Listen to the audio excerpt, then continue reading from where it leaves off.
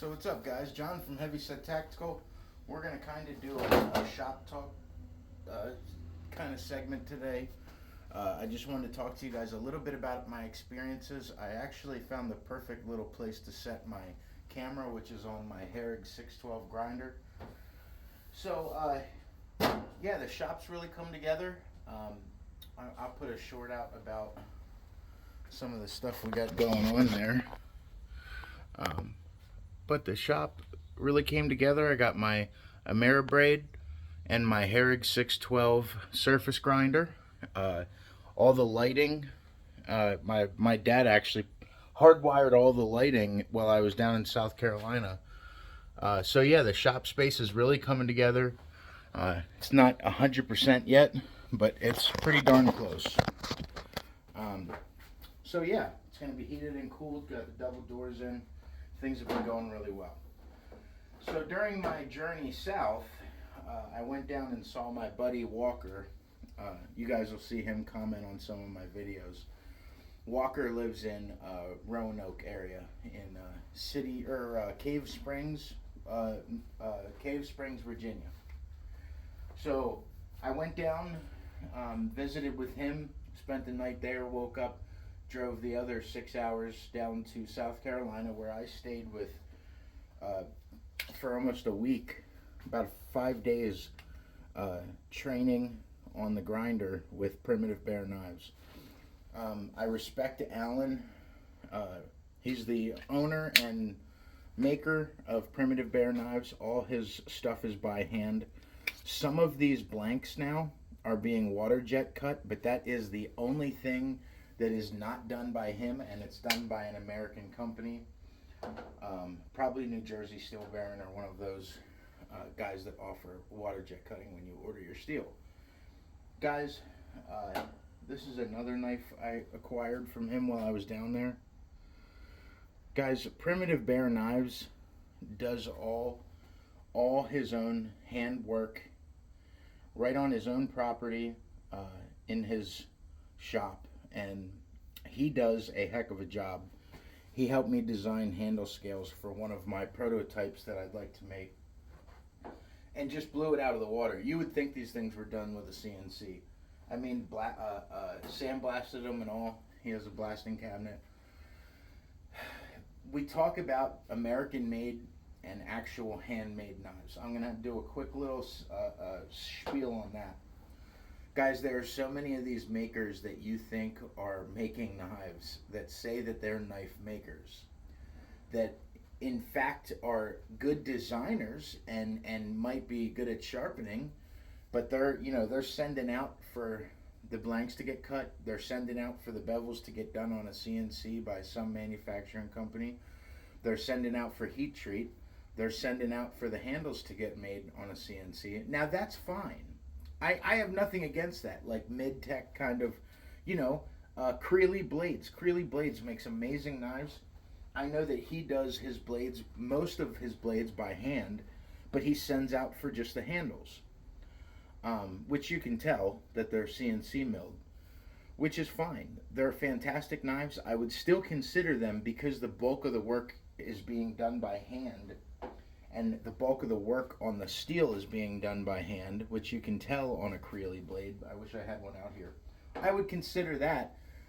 Obviously, he is still a knife maker. I've learned a lot from Gary.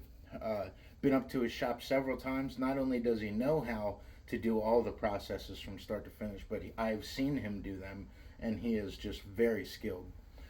So, but there's different, all I'm saying is, using him as an example, is there's different layers to a knife maker. Alan just happens to be one of those guys that from start to finish, except for right now with the Hunter's EDC, he's getting these blanks cut.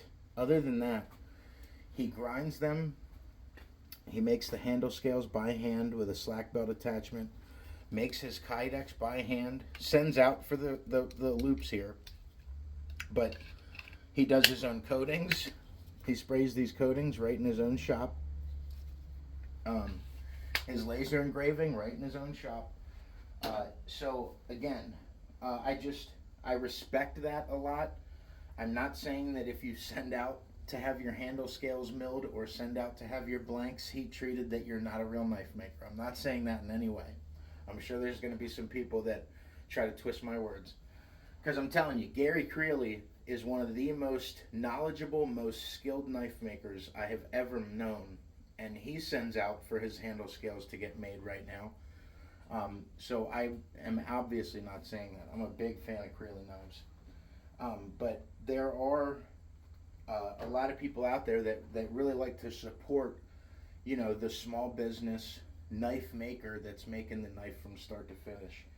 And when it comes to that, Primitive Bear Knives is just doing everything by himself, right in his garage. Now he's having the blanks cut for the one model, but everything else, he cuts his blanks on a bandsaw. In fact, this same exact model, and then does some of the grinding, then heat treats all right in his shop. So I've seen some very impressive handwork from him. His fit and finish on these.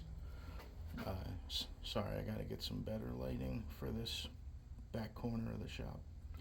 His knives are just fantastic. So if you guys want to support a knife maker that truly, you know, start to finish makes his knives by hand, a hand maker.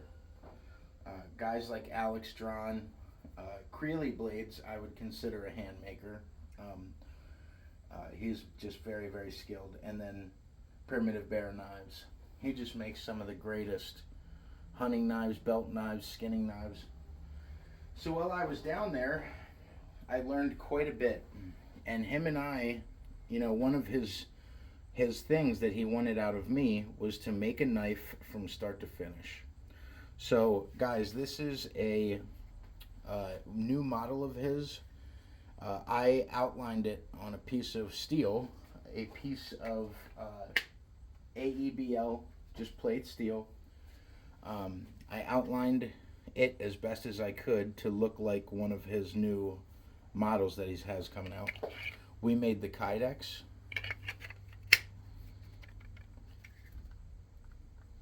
Really, really nice fit. Really, really, really nice Kydex. So we made the Kydex, and then I ground, and the handle still has some imperfections. I was actually going to texture it, but decided not to because it had a really, really nice grip to it.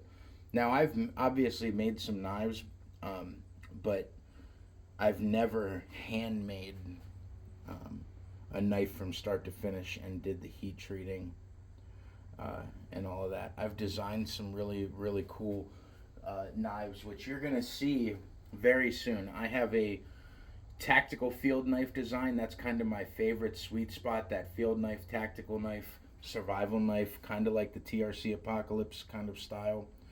I designed and just about finished my prototype model for that type of knife. But needless to say, by hand, while I was down there, I made a knife out of AEBL steel. We put HST #1 for Heavyset Tactical First Handmade Knife, then PBK for Primitive Bear Knives because Alan helped me. But needless to say, this was not a, you know, he did half the work and now I'm saying I made it. I really did make it. And I kept trying to say, you know, we made a really nice knife. And he would say, dude, you made it. I didn't make it. He definitely helped me a little bit with technique and stuff when I got into some hairy areas, especially shaping the handle.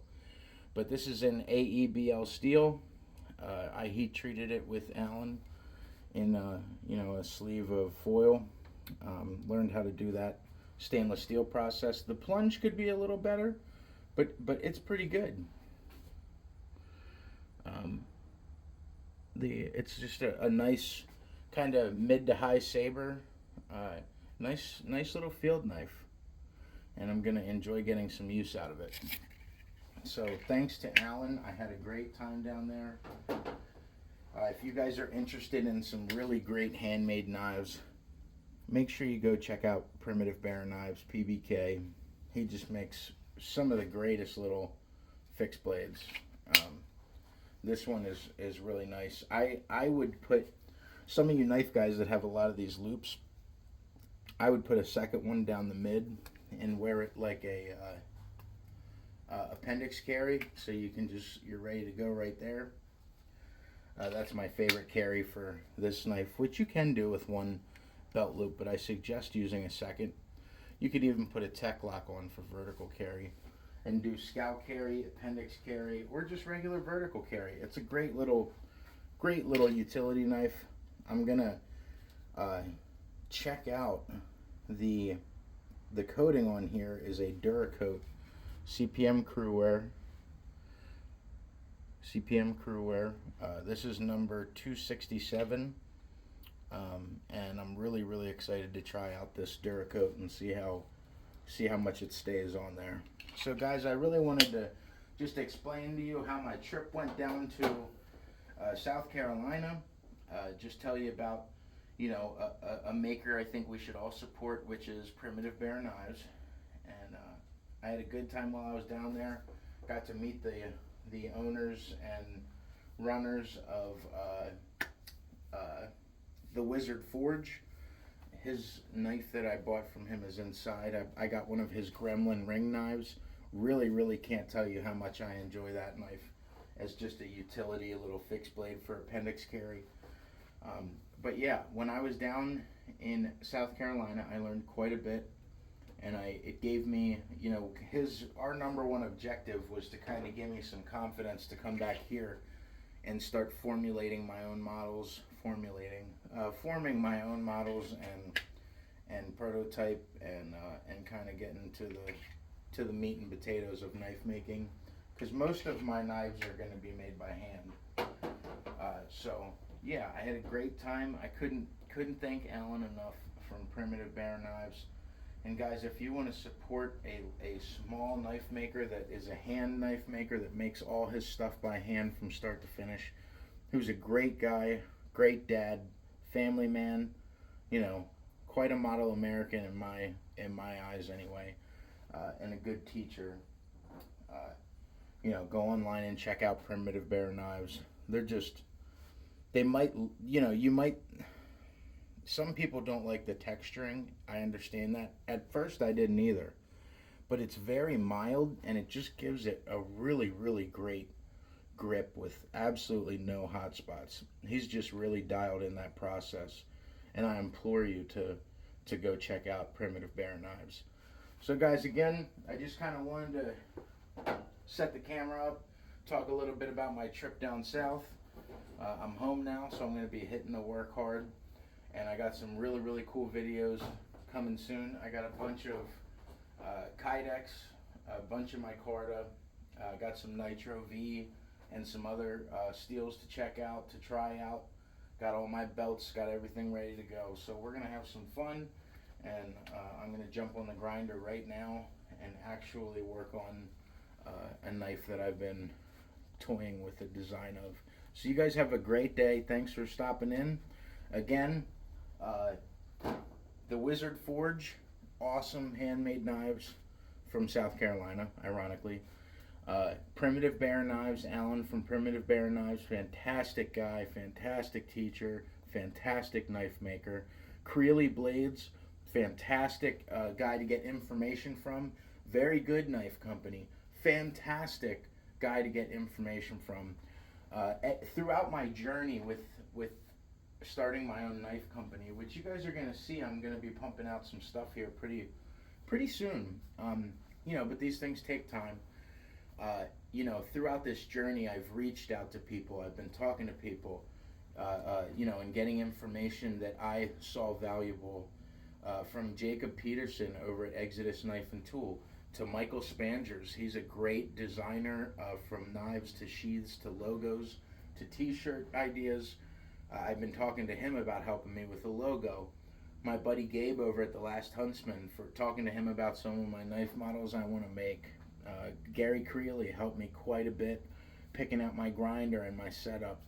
Alan from Primitive Bear Knives teaching me some of the finer handwork details, and getting some of that time on the actual grinder making handmade knives. Taught me how to heat treat as well. So I'm getting a heat treat oven.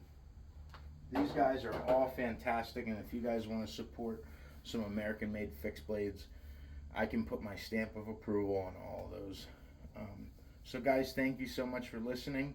As we go forward, I'll be showing you guys a lot of my process, and I do have a pretty cool field knife I think you guys are gonna like, but I'm waiting just a little bit to start showing you that because I wanna make sure it's perfect. I'm a little bit of a perfectionist. So guys, have a great day, and like always, stay safe and stay heavy.